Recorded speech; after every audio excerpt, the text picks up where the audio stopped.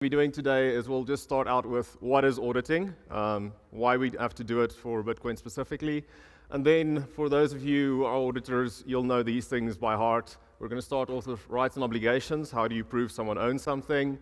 We'll go into existence, accuracy, and completeness, and then end off with valuation.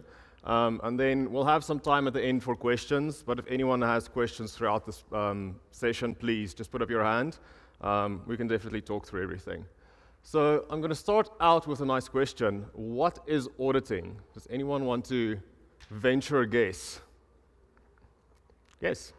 Yeah. So what she said is to provide reasonable assurance that something is accurate and complete and actually did happen. So that's pretty much what you're doing. The way I like to say it is when you're auditing, what you're trying to do is to prove that what somebody says they did actually happened.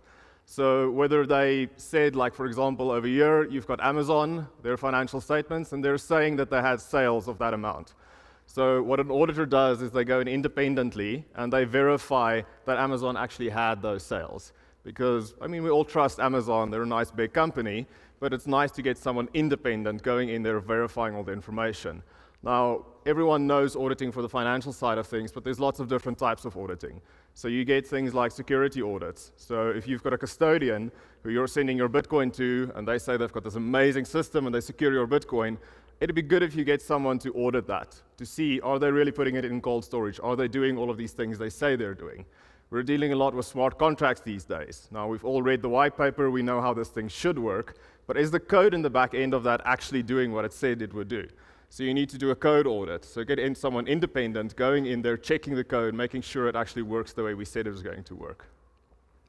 So why does this actually matter for digital assets? Now, I know some of you guys will say, well, this is Bitcoin, it's trustless, I don't have to worry about auditing, but there's a few reasons that you should actually care about it. And the first one is regulators. So in the US, the PCAOB, the SEC, they have audit requirements. So if I'm a very big listed company, I have to get audited. If I have to get audited and I know that my auditors aren't comfortable with auditing Bitcoin, for example, I'm not going to invest in that. So this plays into where everyone is talking about the institutionalization of Bitcoin. For those big mutual funds and those guys, you have to get comfortable with auditing these digital assets. Otherwise, they're never going to be able to invest in them. So that's one side of it. The other side of this is trust. We are in a very, very new industry. I think Andreas mentioned it. We are really at the start of this. And I think the people in this room, especially after these sessions, you went down the rabbit hole, you understand it, you trust this. But out there, everyone else, they haven't gone down that path. They don't trust this because they really understand everything. So what auditing does is it builds trust. So you now have someone independent that's come in there, tested everything, said, yes, you can trust this. And I like to think back to what Ronald Reagan said, trust but verify. So take your service provider, whoever that is, trust them, but verify. Get someone to just check that it is actually doing what they say they do.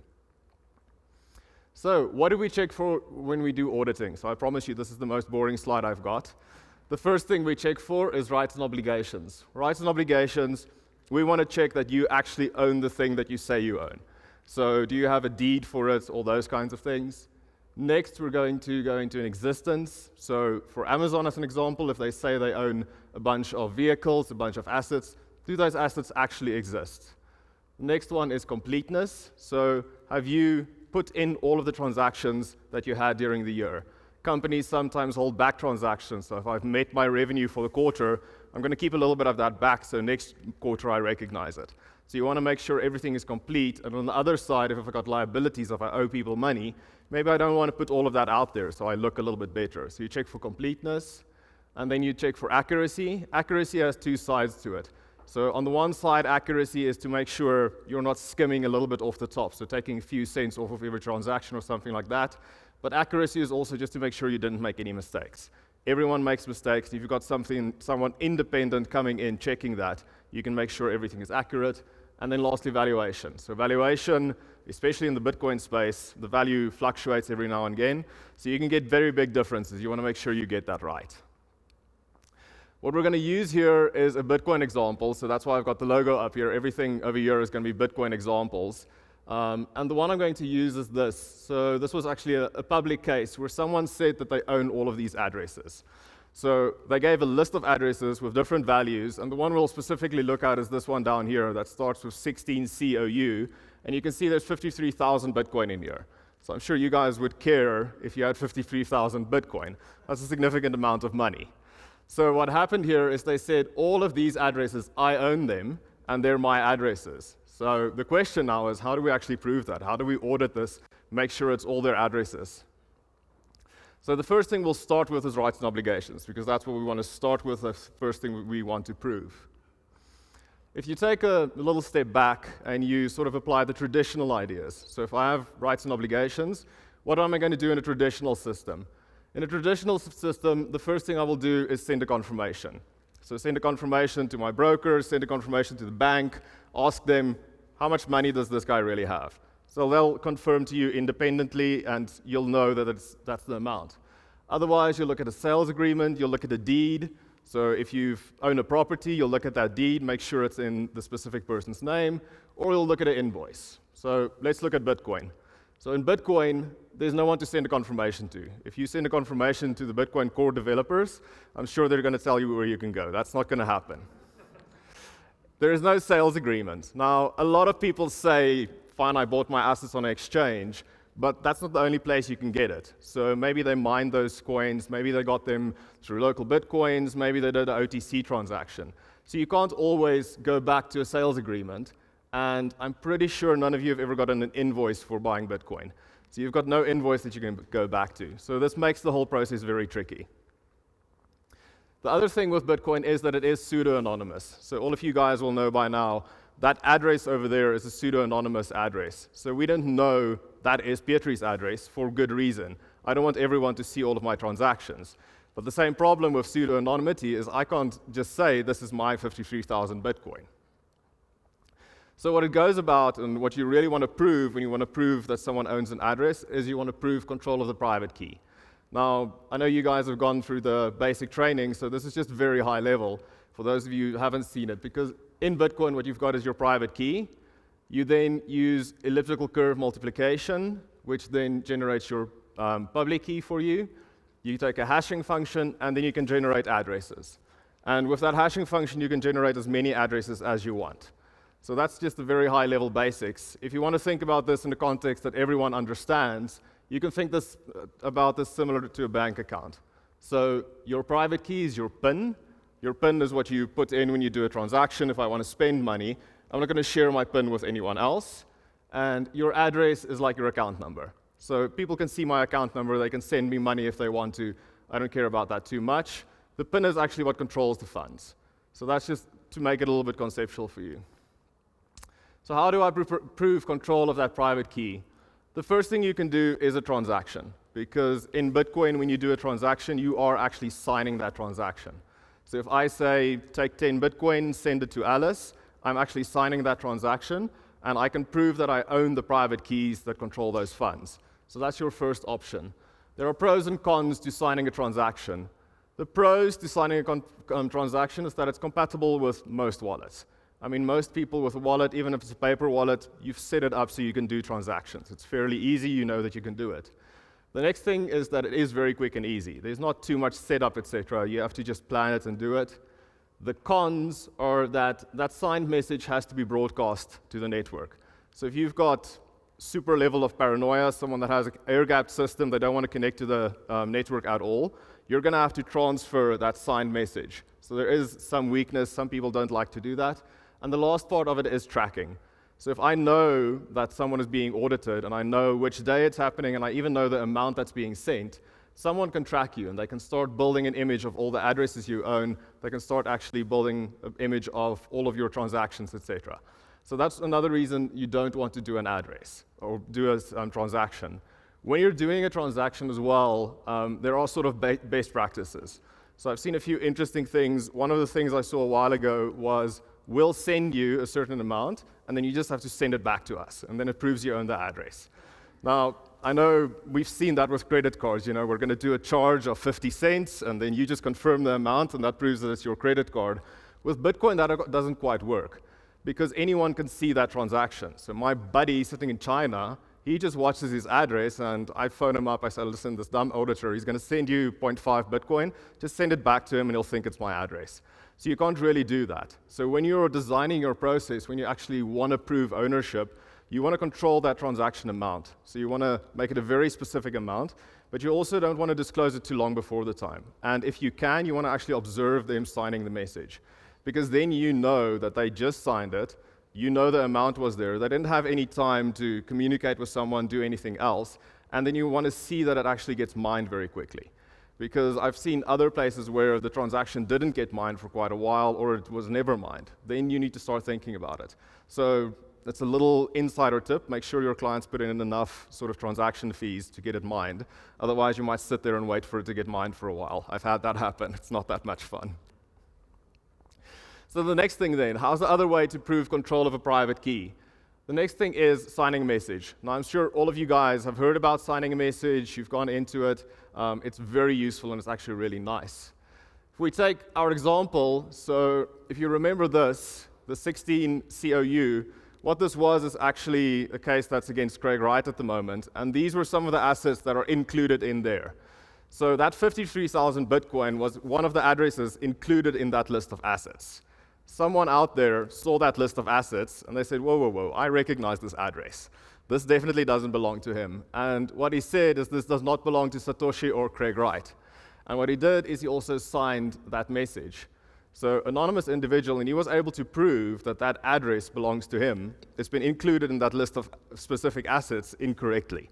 So that's actually really useful. And what you can do then is you can take this information, so you can take the address or the message, you can take the specific address, and you can take that signature, and you can verify it. So you can actually prove that the person who signed this owns those private keys we spoke about in the beginning, and they control that address. And he's done this completely anonymously. So he didn't have to say, listen, this is Petri, that doesn't belong to these guys. He's done that completely anonymously, so it's a very useful function to have. So if we talk about pros and cons quickly, in terms of pros, you don't have to transfer or connect to the internet. So if I want to sign a message, I can do that 100% offline. I can do that in my cold storage, sign the message, transfer the signed message. I never have to connect to the internet. The next thing is there's no transaction on the blockchain, so there's no potential for tracing or anything like that. So for the really privacy paranoid people out there, it's really useful for them. The cons is I have to have a wallet that can do a signature. And so fortunately, some of the wallets out there don't support signatures. So you'll find that if you want to do a wallet with some people, it is a little bit tricky. And then the last one is that this is a more involved process. So when you're doing a signature, it isn't as easy as just do a quick transaction. You want to be there, you want to see them do the process, you want to sort of specify the message, etc. And we're going to get into an example. Go for it. You verified the transaction. Is that a tool you developed? Is that a blockchain explorer? Verifying the transaction. Or verifying the signature? So for the signature, you've got levels of paranoia. I'm going to get into that, but your basic level is using an online tool. So just go on. We're going to go into some examples now for online tools. Second level of paranoia, I would say, is use Bitcoin Core itself. So you can run a node, do that sig function in there. Third level of paranoia, I would say yes, build it yourself. And for me, the way I classify this is how much money am I dealing with. If I'm dealing with a few $1,000s, you can use an online tool. That's sort of a judgment you make for yourself. If you're dealing with seriously big money, you want to build it yourself. Go to the core sort of cryptography that's being used, and then build it yourself to verify everything. Cool. So I was going to go into the example, and I think we're going to do that afterwards. So everyone saw this process over here. So we showed you a message, we showed you an address, and a signature. And this is all awesome, but anyone can, yep? If you wanted to verify that offline, you watch the person sign it. Do they give that file to you, the signature, the signed message, on like a USB, and you put that in your computer connected to full node or whatever to verify it? Mm-hmm. Yes, exactly. Yeah. So we're going to do an example just after this, but you pretty much get a program that looks exactly like this with a message, the address. These are the three variables that you want to be inputting when you do this. So we can do an example now. So if we run through all of these, and we quickly skip over here, then what you'll see is online there are a few nice tools. So this is just Rain Project. And what they've done is they've created this little tool where you can, ooh, why is that not up there? Let me quickly just exit. There you go. Now you guys know what I'm talking about. So this is Rain Project, and they've developed a little signature tool that you can play around with. So with this signature tool, you can actually do a little verification yourselves. Now, you can see the private keys up here. So this is really just for use and to play around with. But what we're going to be doing is you've got your specific address right over here. So this is the address that you're verifying. And what you want to do is you want to specify a message that you're going to sign. So does anyone want to give us an example of a message?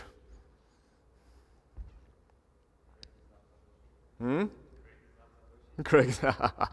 Okay, I'm not going to put that one, but let's put something like, I own this address. And then what you also want to do is whenever you're doing this, you want to build some randomness into it. So for example, I'm going to put in a specific random number that I generated. I know that random number. I know that whoever is signing this message couldn't generate that number before the time. And then what I might also want to do is add a date stamp. So I'm going to go 8/29/2019, and it is 2/18. So whoever is signing this message, there's no way they would have known the exact time that I'm going to sign this message. So you add a little bit of randomness into this. And what we're going to do next is we're just going to say sign message. And then you get this sign message. So I own, so if you really want to add some randomness, you put in a spelling mistake, like that. But that's the message you get. After that, it shows you the specific address, and then you get the signature itself. Now, what I'm going to quickly do is grab this, because this doesn't copy very well, and just quickly put it in a Word document.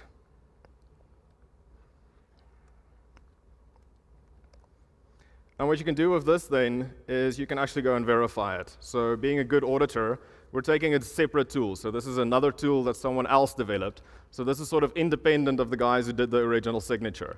So you'll see the three things that we're going to put in here is, firstly, we're going to put in the address. So we'll grab the address, and you really want to watch out for leading spaces over here. They will cause you a lot of negative messages. So take that out. So you input your address, you're going to input your message.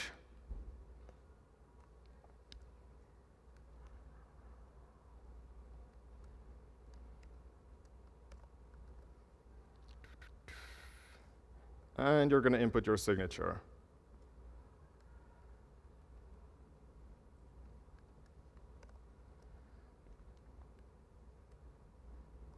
And what we can do now is we can actually hit verify.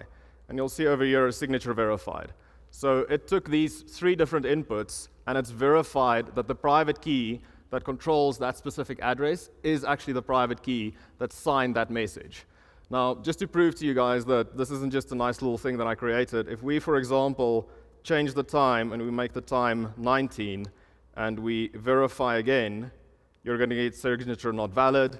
If I change it back to 18, and let's say I do it for a different address. Let's make this 8 at the end. So this is a different address, and I say verify again, it's going to say invalid input. So I can prove that this is only valid for that specific address, specific signature, and that's the only time I get a verification. Now, I had a little while ago, I was actually doing a presentation, one of the guys asked me, how can I believe in this magical math? So what I've included in here is we're just going to quickly go into how this works. So this is the actual elliptical curve that is used in Bitcoin, the SECP 256. And the way the signature works is that first thing you do is you get a point. This point is the same point that's used as a generator point for your public key, and you're going to multiply this with a random number. Now, the random number over here is actually really important, because if your random number isn't that random, or if you use the same number over and over, there's a very big weakness in there. So Sony had a weakness a while ago. Some random or signature tools have a weakness there, where you can actually then start working back and trying to calculate someone's private key. So you want to make sure you get a good random number in there. The next thing you do is you multiply it with that random number, which generates the second point for you, and we're going to take the x-coordinate of that point and call that r. So that's just the first thing you do to calculate that r value. After that, you take your r, you times that with your private key, you add that to your message, and you divide it by the random number that you generated. Now, this is very simplified. I know if there's any of the serious cryptography guys out there, this is very simplified, but this is exactly what you're doing. And then when you do this, you get your signature. So that's the S that you get. In this output, in the sort of signature that we get, the first 32 bits are actually your R value, and then the following 32 bits is your S value. So that R and S that we used initially is included in there, and that's what we're going to use. So to do the verification, all you do then is using the message and the S with the public key, you generate your first point. After that, you're going to take your R, S, and your public key, and you generate point A, and then you sort of get the next point, which is point 2. And then point 2, the x-coordinate of that should be the same as the x-coordinate that you got for R. And if the two x's match, then you get a match. So what we're actually doing over here is, if we go back and we look at this verification, all the verification at the bottom means, and this was a G, is that when I do this, these points aren't matching. So in the back end of this, all of those calculations are happening, and when I'm calculating those specific values, they say x doesn't equal x, so this doesn't check out. So that's just so you understand at a high level what's happening behind this. So it's based on that elliptical curve, that's what we're using to actually verify the message.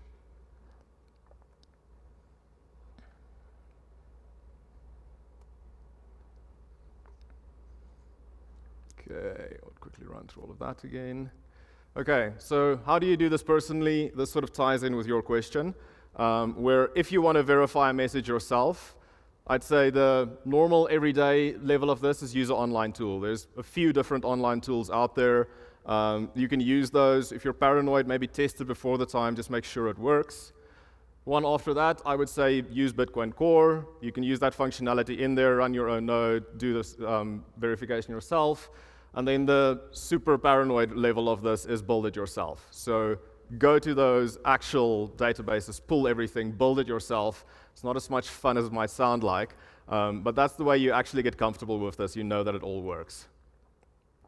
So after this, we're going to go into existence, completeness, and accuracy. So we're going to take the old system versus the new again. So if you think about the traditional system, you want to look at existence, completeness, and accuracy. The first thing you would do is send a confirmation. The bank's going to reply with all the transactions during the year, saying these are all the transactions, so you know they're complete. You can check the values, you know that they're accurate, and you know that it exists because the bank verifies that these assets are there, that they are actually owned by you.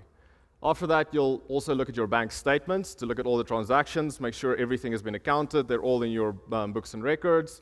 Or you'll look at invoices. Check the invoices, look at the amounts, the values, everything used, and verify them. Going back to Bitcoin, there's no one to send a confirmation to.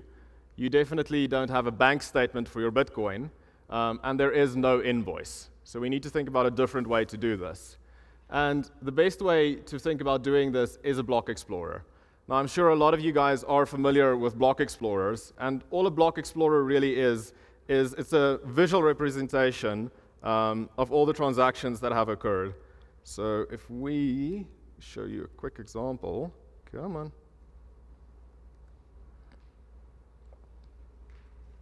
There we go. So this over here is just blockchain.info, and over here you can see all the blocks. So if I refresh this, you should see some new blocks coming in. So over there you can see 1422, and now we've got 1424 as well. So these are all the blocks that were recently mined. So you can go on here, you can look at all the blocks that have been mined, and this is all the blocks from the inception of Bitcoin. So you can see all the transactions on there, and you can see everything in there. What you can do then for each block is you can actually go into that block, and you can see all the information about that block. So in here, we can see the number of transactions that were included in here. You can see the exact time. Over here, you can see relied by, who mined this block. And then further down, you can see all the transactions that occurred. So here's a few of the transactions that just occurred. This is an interesting one. So you've got 24 Bitcoin being sent. And you can see the exact transaction, what was done. So if you know a specific address, you're able to look up that address and see all the transactions associated with it. So what we can do is we can take this address, which is the one that we verified, and I was a little surprised when I did this, because this is a public address with the private keys out there, and if you look at it, people have actually sent funds to this one. Whoops, let's just copy that again.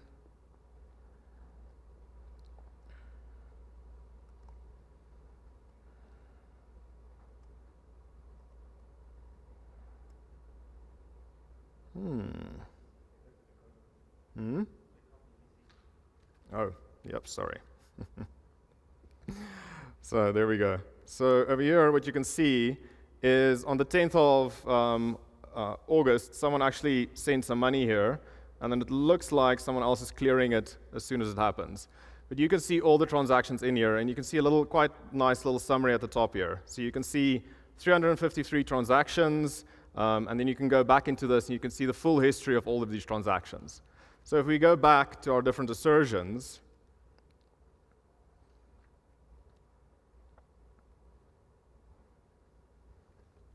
we're going to start with existence. So how do I actually prove that these coins exist? How am I comfortable with this?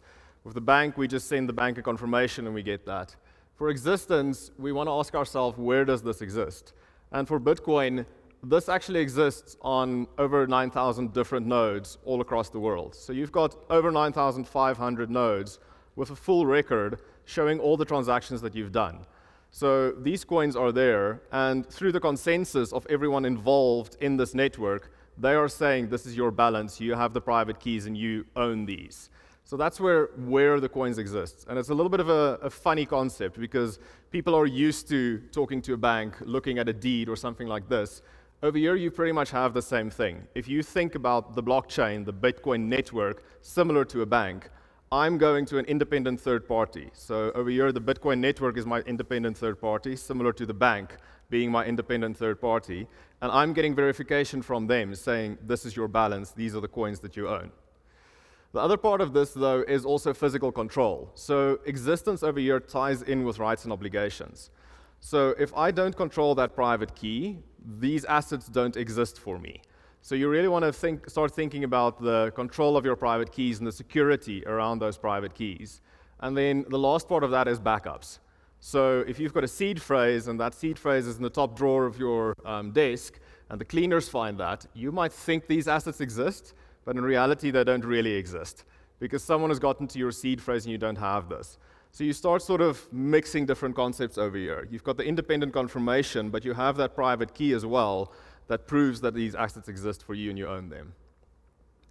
The next part is completeness. Now, with completeness, if you think about the traditional example I gave, you're going to look at your bank statement and see what's going on there. Over here, the completeness is your immutable blockchain. So you guys have been doing the CBP, you understand all of the basics. So the blockchain is immutable. So if you've got your transaction on there, you know it's not going to change. It is also the chain, so the hashes being connected, etc. So I know the information I'm getting from this blockchain, this independent third party, is complete. No one can go and change it. There's no central party that can delete information or do anything like that. So I'm pretty sure about my completeness as well.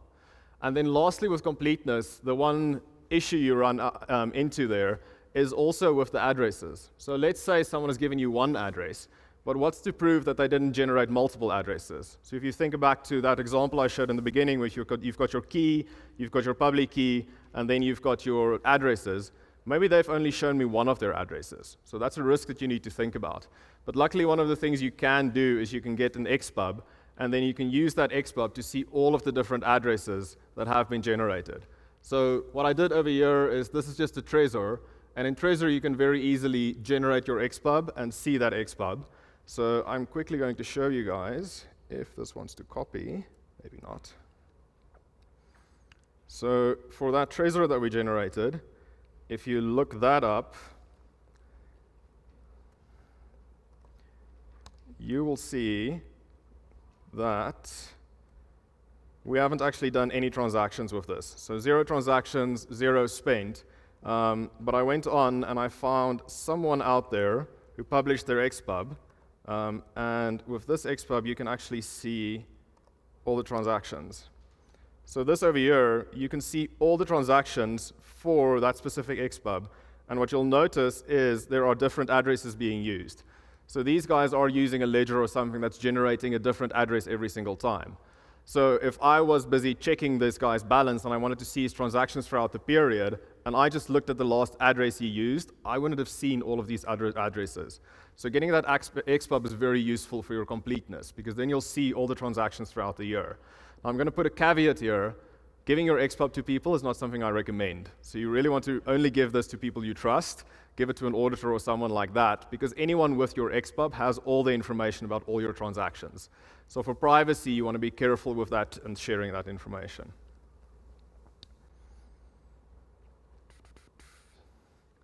Okay, so that gets us done with completeness. The next thing we're going to talk about is accuracy. So when you're thinking about accuracy, that's the amount, the time, the date, all of that information. And for accuracy, we're going to start out with the value. So there's your estimated BTC transacted. So that's the value of your transaction. After that, the fees. So you know exactly what your expense is going to be, how much the transaction cost you. You know the receive time, and you know the block that it was included in. Now, for the accountants in here, that's a nice problem in terms of when do you actually recognize a Bitcoin transaction? Do you recognize it when you publish it? Do you recognize it when it's mined? Or do you only recognize it after 6 blocks when you say that no one can go back and change that? So that's something you need to think about. That's something you need to start considering when you're actually doing your books and records.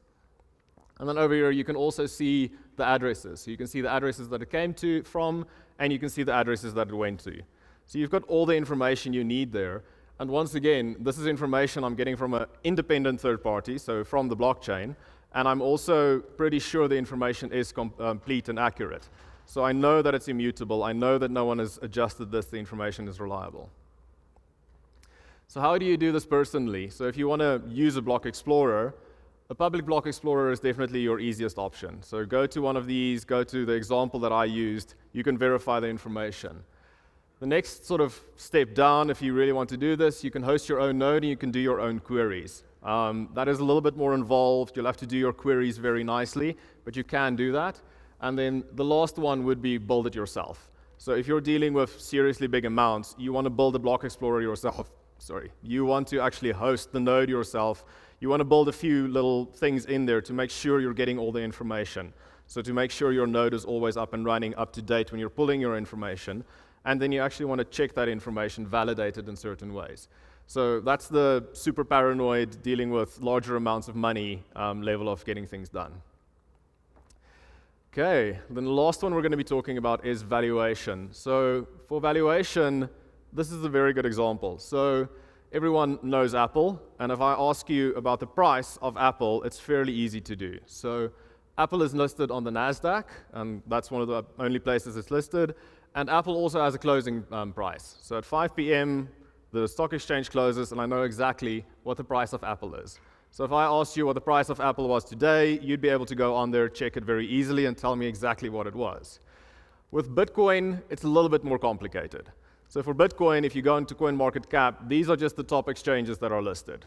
All of these exchanges trade 24 hours a day. So you've already got a few different problems. Number one, it's not like Apple where it's listed on one specific stock exchange. And number two, you don't have a closing time. So you need to start considering that. So for Bitcoin, there's something in the accounting that you talk about that you call the principal market. So you're going to have to identify your principal market. Now, I'm going to not bore you guys with how you get that. It's quite a process.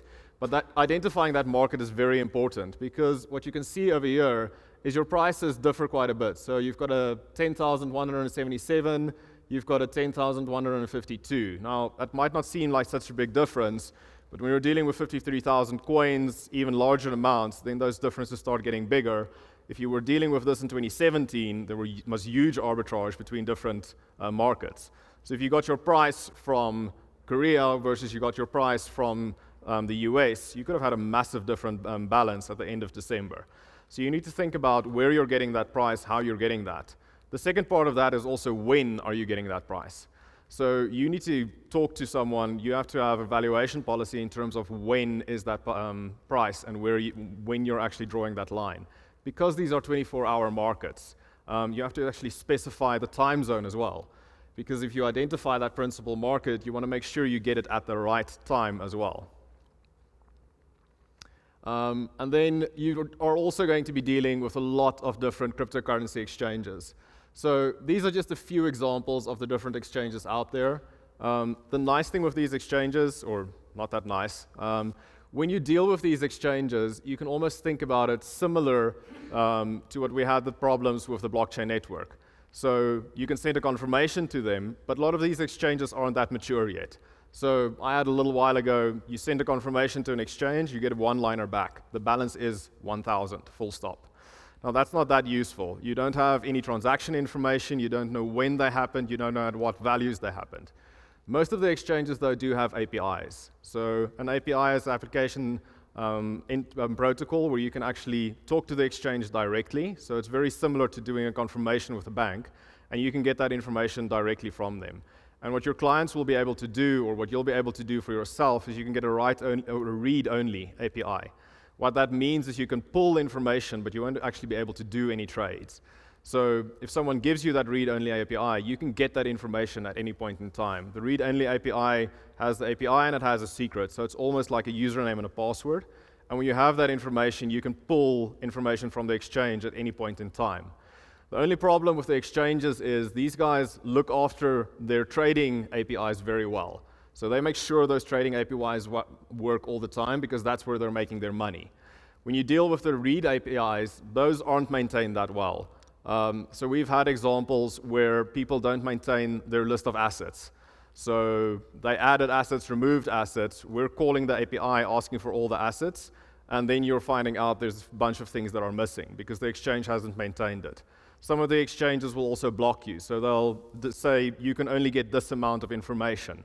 So you need to then put in markers in terms of calls, do multiple calls to get all of your information. There's a whole range of different things. The API documentation is also not very good. Remember, these exchanges are all across the world, so there's a few of these exchanges. I can tell you they're not English-based exchanges. So when you're trying to build an API into these things and the documentation isn't always in English, it makes life very interesting. Google Translate becomes your friend, and you're trying to figure out what these guys have done. Some of the exchanges are also very clever, or they think they're very clever. So one of them decided that you don't have only one ID. So you've got a transaction ID, you've got a ledger ID, and then you've got a transaction grouping. So when you're doing your calls, which one of those things do you do? Because what we figured out then is that a transaction ID can actually be duplicated between different transactions. You need the ledger ID, that's the unique identifier for each one. So it gets very complicated, but you can then do these calls and get all your information directly from the exchange. So it is doable. So to sort of conclude, and then we can go into a few questions if you guys have anything. This is an auditor's dream. So this is looking forward a little bit in terms of how audits can be. At the moment, an audit is something where you get a lot of information sort of in January, February. A lot of people kill themselves for a few months. They work very hard. What you can start doing is you can get all your information from independent third parties. So you can get your information directly from the blockchain. You can get it directly from the exchange. So this is like sending a confirmation to a bank, but you can also do this in real time. So I can do this at the end of every single month. I can do it throughout the month if I want to, and I can check that against what my client is telling me. And then lastly, I can start automating this. So what you can do with an exchange, for example, is all of those trades are tagged. I know if it's a buy, I know if it's a sell, I know if they've deposited, withdrawn, and if I have my addresses on the other side, I can match everything up. So I can say I can see that these guys had a withdrawal, and I can see it going to my address. So I can do a full roll. I know everything is there. I know everything is accurate and complete. So you can start automating this entire process. And then we'll go over to questions. We've got 5 minutes for questions. Shoot. On completeness, you mentioned that your clients can give you an XPub if you have a trusted relationship. What guarantee does an auditor have that they don't have other XPubs from other wallets? Perhaps if they put a 25th word on their HD deterministic wallet and they have multiple wallets and they're only revealing a fraction of what they have. So I'll put two sides there. So the one part is when we get the XPub, you want to be involved in that process. So you want to see when they're generating that to make sure the XPub has been generated from a private key that is linked to that. But the other side of that, which you sort of touched on, is maybe they have another set of private keys that they haven't disclosed. So on that side of it, if you're talking assets, your risk is overstatement. So most people, if they've got money and they're trying to look good, they're going to tell you about that money. But you always have that risk. With traditional systems, you can have someone that has a bank account that they haven't told you about. With auditing, there's different procedures that you do to identify that. So you'll do unrecorded liabilities, you'll do a bunch of different things looking at transactions. The nice thing as well is with an open network, I can look at your transactions at any point in time. So we do that after year end, you still look at people's transactions. So let's say they were transacting with other wallets and we're going, whoa, this isn't one of your wallets that's related to this XPub. So there's sort of additional things you can start doing around that. Yep. Do all wallets have XPub feature, or is it just the ones that have to use multiple addresses each time? So the HD wallets all have, if you go old school wallet, you're not going to be able to do the sort of multiple generation. In terms of other blockchains, some do, some don't. That's case-by-case basis. Mm-hmm. So that is a tricky one, because what do you do with free money? If you're purely thinking about this from an accounting basis, you should be recognizing that. It gets tricky in terms of which ones do you recognize, because if you've got Ethereum, over there you've got a bunch of airdrops that you got, and a lot of them almost don't have any value. So there is a little bit of judgment involved there, but it is a huge process. I've gone through that in terms of identifying all the forks, all the airdrops, and then saying, well, this should be recognized because you've received that, you own these addresses. The tricky part here becomes sometimes people don't want to take a fork.